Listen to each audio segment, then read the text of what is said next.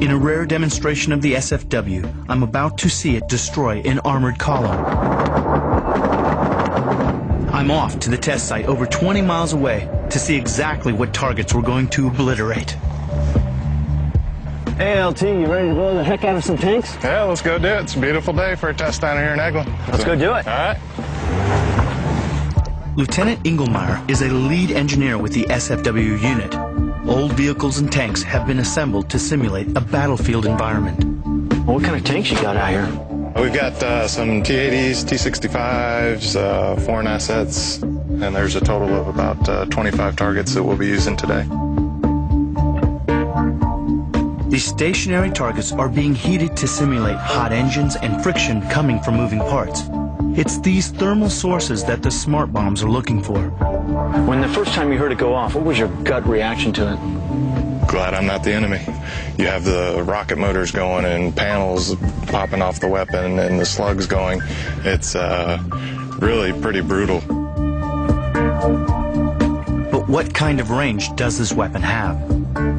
It'll basically cover the entire area that we're looking at. So he's going to start on that end? That's correct. And it's going to go all the way to that end? The CBU will lay down pattern will cover essentially everything that you see out here. That's crazy. The results from one bomb is devastating enough. The B-1 bomber can drop up to 30 of them, enough explosives to take out up to 1,200 tanks. So one payload can destroy an entire armored front line. Out at the observation site, engineers are fine-tuning technical gear, which gathers information from the test. Radars will track every movement of the weapon from its release to impact. Back at headquarters, Captain Seymour is gearing up for today's live drop. With a test costing nearly $1 million, there is no room for errors. In just 20 minutes, Seymour will deliver a clear message to the targets below. And Astro 1, read you loud and clear. Seymour's F-16 takes off. It'll only take him 10 minutes to reach the drop zone.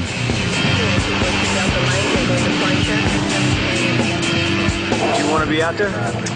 Right now? No, absolutely not. Here he comes, here he comes. Seymour will make one cold pass to ensure that the airspace is clear, and then he will lock onto his targets. And Astro 1, we got a green range for cold pass.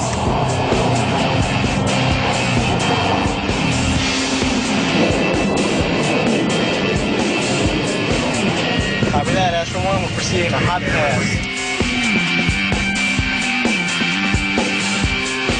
It's showtime. Come in hot. 2 seconds. Project copy, speaking.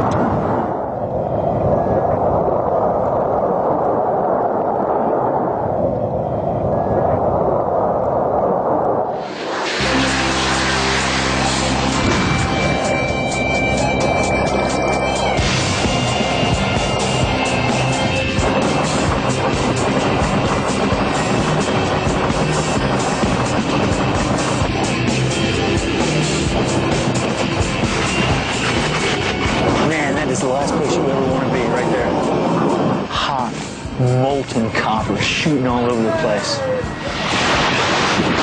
That's like 100,000 claymores going off, just covering the battlefield. Here's the action replay. When the bomb is released, a pyrotechnic charge peels away the skin like a banana, releasing 10 canisters. The submunitions are dispersed, with parachutes straightening out the canisters in the air. Rocket motors kick in, pulling them up into the sky before the skeets are released in pairs at 30 degrees.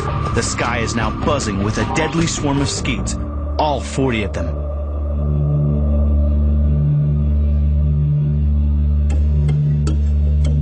Each skeet wobbles in flight to allow their infrared and thermal sensors to scan over the ground in a spiral pattern, then bingo! They lock onto the target, and an explosive charge fires molten copper into the tanks. If the skeet doesn't find their target, they're designed to self-destruct in midair, leaving a clean battlefield. And Astro 1, this is Project Weapon Function, mission complete.